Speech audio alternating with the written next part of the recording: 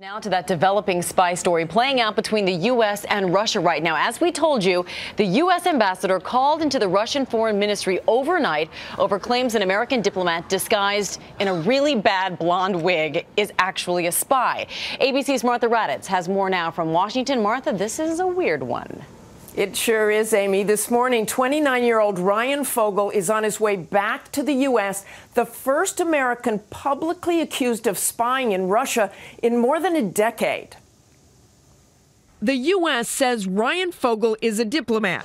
The Russians say the young American is a spy, captured red-handed with a crazy blonde wig, trying to recruit a Russian intelligence officer to work for the U.S. The supposed evidence? Not one but two wigs, 3 pairs of glasses, Ziploc bags filled with wads of cash, a microphone, and this letter, supposedly intended for the Russian intelligence officer, which reads in part, "Dear friend, we are ready to offer you $100,000 to discuss your experience, expertise, and cooperation.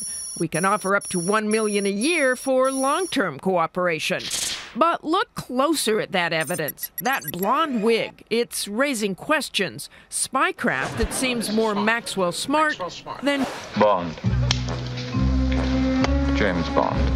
Peter Ernest, a CIA officer for 20 years, says it's an unspoken rule. Spies don't get caught with a disguise. The one thing a spy doesn't want to do is get picked up and have stuff on him that is spy stuff. Maybe could have been a plant. Yeah, unless, as the speculation goes, it's a total setup, in which case you say, well, let's throw a couple of wigs in there. It is no secret, of course, that the U.S. and Russia still spy on each other. Remember Anna Chapman, the stunning Russian spy, part of a sleeper cell? She frequented fashionable bars and restaurants in Manhattan. But the Russians are now claiming outrage over Ryan Fogel, a Russian official in this video saying, "How could you stab us in the back like this?"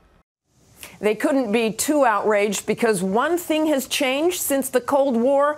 Spy or not, Ryan Fogel was returned to the American embassy within hours after his detention.